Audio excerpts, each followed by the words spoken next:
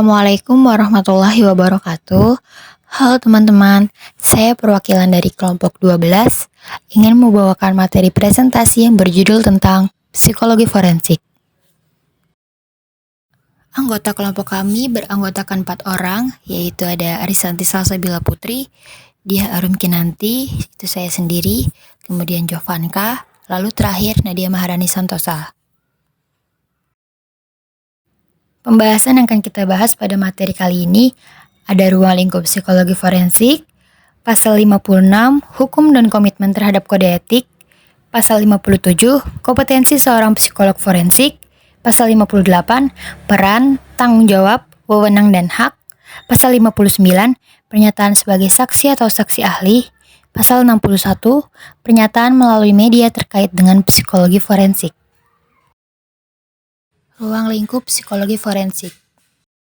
Ruang lingkup psikologi forensik terbagi menjadi 3, diantaranya psikologi forensik investigatif. Fase ini merupakan fase pengumpulan data pada sebuah kasus dan menganalisisnya sehingga kita dapat menyimpulkan ciri-ciri deskriptif dari perilaku kejahatan yang tak teridentifikasi untuk memfasilitasi proses identifikasi oleh pihak kepolisian.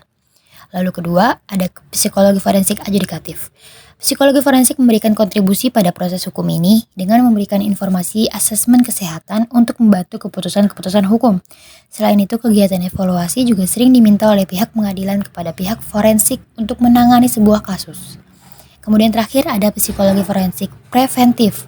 Lazimnya dianggap bersifat reaktif dan merespon berbagai kejadian setelah kejadian itu terjadi. Meskipun anggapan-anggapan itu ada benarnya, sifat dari sistem hukum menunjukkan bahwa keterlibatan reaktif psikologis sekaligus juga dapat bersifat proaktif. Dengan kata lain, psikologi forensik dapat memiliki dampak yang signifikan pada usaha mencegah perilaku yang tidak diinginkan di masa yang akan datang. Pasal 56. Hukum dan komitmen terhadap kode etik. 1. Psikologi forensik adalah bidang psikologi yang berkaitan dan diaplikasikan dalam bidang hukum, khususnya peradilan pidana. 2. Ilmuwan psikologi forensik melakukan kajian atau penelitian yang terkait dengan aspek-aspek psikologis manusia dalam proses hukum, khususnya peradilan pidana. Psikolog forensik adalah psikolog yang tugasnya memberikan bantuan profesional psikologi berkaitan dengan permasalahan hukum, khususnya peradilan pidana. 3.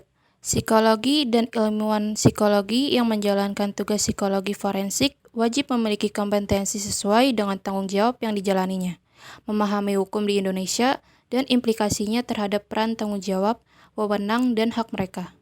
4. Psikolog dan ilmuwan psikologi menyadari adanya kemungkinan konflik antara kebutuhan untuk menyampaikan informasi dan pendapat, dengan keharusan mengikuti hukum yang ditetapkan sesuai sistem hukum yang berlaku. Psikolog dan ilmuwan psikologi berusaha menyelesaikan konflik ini dengan menunjukkan komitmen terhadap kode etik dan mengambil langkah-langkah untuk mengatasi konflik ini dalam cara-cara yang dapat diterima. Pasal 57. Kompetensi seorang psikolog forensik. 1. Praktik psikologi forensik adalah penanganan kasus psikologi forensik terutama yang membutuhkan keahlian dalam pemeriksaan psikologi seseorang yang terlibat kasus peradilan pidana, yang bertujuan membantu proses peradilan dalam menegakkan kebenaran dan keadilan. Psikolog dan ilmuwan psikologi yang melakukan praktik psikologi forensik harus memiliki kompetensi sesuai dengan standar psikologi forensik, memahami sistem hukum di Indonesia, dan mendasarkan pekerjaannya pada kode etik psikologi. 2. Praktik psikologi forensik yang meliputi pelaksanaan asesmen, evaluasi psikologis, penegakan diagnosa, konsultasi dan terapi psikologi, serta intervensi psikologi dalam kaitannya dengan proses hukum. Misalnya, evaluasi psikologis bagi pelaku atau korban kriminal, sebagai saksi ahli, evaluasi kompetensi untuk hak pengasuhan anak, program asesmen, konsultasi dan terapi di lembaga permasyarakatan. Hanya dapat dilakukan oleh psikolog. Dalam menjalankan tanggung jawabnya, psikolog harus mendasarkan pada standar pemeriksaan psikologi yang baku, sesuai kode etik psikologi yang terkait dengan asesmen dan intervensi. 3. Ilmuwan psikologi forensik dalam melakukan kajian atau penelitian yang terkait dengan aspek-aspek psikologis manusia dalam proses hukum wajib memiliki pemahaman terkait dengan sistem hukum di Indonesia dan bekerja berdasarkan kode etik psikologi, terutama yang terkait dengan penelitian. Pasal 58 mengenai peran tanggung jawab, wewenang, dan hak. 1.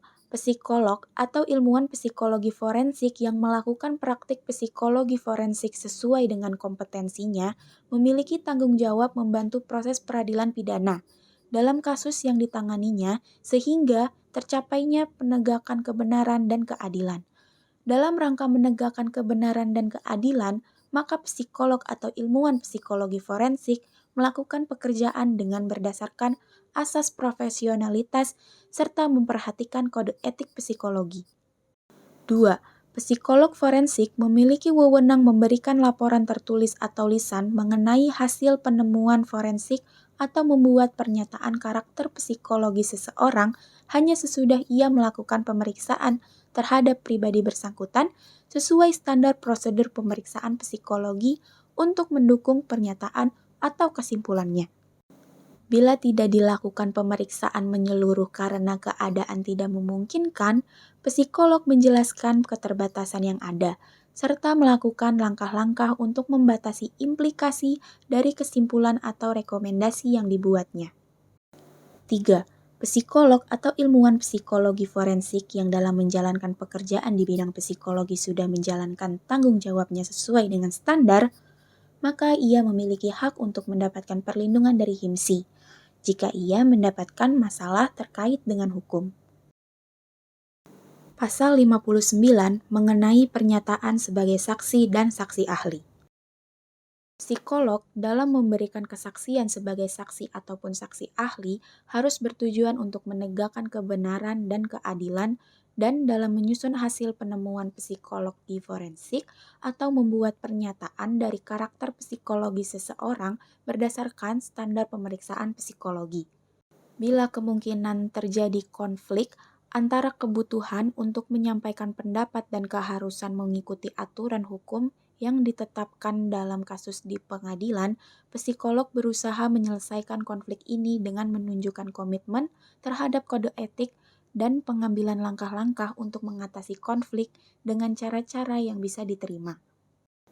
Bila kemungkinan ada lebih dari satu saksi atau saksi ahli psikolog, maka psikolog tersebut harus memegang teguh prinsip hubungan profesional sesuai dengan pasal 19 buku kode etik ini. Bila harus memberikan kesaksian atau menyampaikan pendapat selaku saksi atau saksi ahli yang melakukan pemeriksaan, sejauh memang diizinkan oleh hukum yang berlaku di Indonesia, psikolog atau ilmuwan psikologi harus tetap dapat bersikap profesional dalam memberikan pandangan serta menjaga atau meminimalkan terjadinya konflik antara berbagai pihak. Bila terdapat lebih dari satu saksi atau saksi ahli psikolog di pengadilan dan bila kemungkinan terjadi konflik antar psikolog dalam suatu proses peradilan yang ditanganinya, maka psikolog dapat meminta HIMSI untuk membantu penyelesaian masalah dengan memberikan kesempatan untuk menyelesaikan permasalahan berdasarkan standar pemeriksaan psikologi dan kaidah ilmiah psikologi. Bila terdapat lebih dari satu saksi atau saksi ahli yang berasal dari psikolog dan ahli profesi lain, dan bila kemungkinan terjadi konflik antara psikolog dengan profesi lain tersebut, maka psikolog dapat meminta HIMSI menyelesaikan masalahnya dengan mendiskusikannya dengan organisasi profesi di mana profesi lain tersebut bernaung. Pasal 61.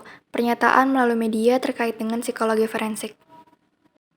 Psikolog atau ilmuwan psikologi yang melakukan layanan psikologi dapat memberikan pernyataan pada publik melalui media dengan mempertimbangkan hal berikut. Yang pertama, hanya psikolog yang melakukan pemeriksaan psikologi terhadap kasus hukum yang ditanganinya yang dapat memberikan pernyataan di media tentang kasus tersebut. Yang kedua, psikolog dapat membuat pernyataan di media tentang suatu gejala yang terjadi di masyarakat. Jika ia tidak melakukan pemeriksaan psikologis, maka hal ini harus dinyatakan pada media dan pernyataan yang disampaikan bersifat umum dan didasarkan pada kaidah prinsip psikologi sesuai dengan teori atau aliran yang diikuti. Pernyataan di media harus mempertimbangkan kepentingan masyarakat, hak subjek yang diperiksa, seperti asas praduga tak bersalah pada pemeriksaan psikologis pelaku atau hak untuk tidak dipublikasikan, dan telah mempertimbangkan batasan kerahasiaan sesuai dengan pasal 24 buku kode etik ini. Baik, terima kasih atas teman-teman semua yang sudah menonton video ini. Jika ada yang ingin ditanyakan, kami persilahkan. Saya tutup video presentasi kali ini. Kurang lebihnya mohon maaf. Wassalamualaikum warahmatullahi wabarakatuh.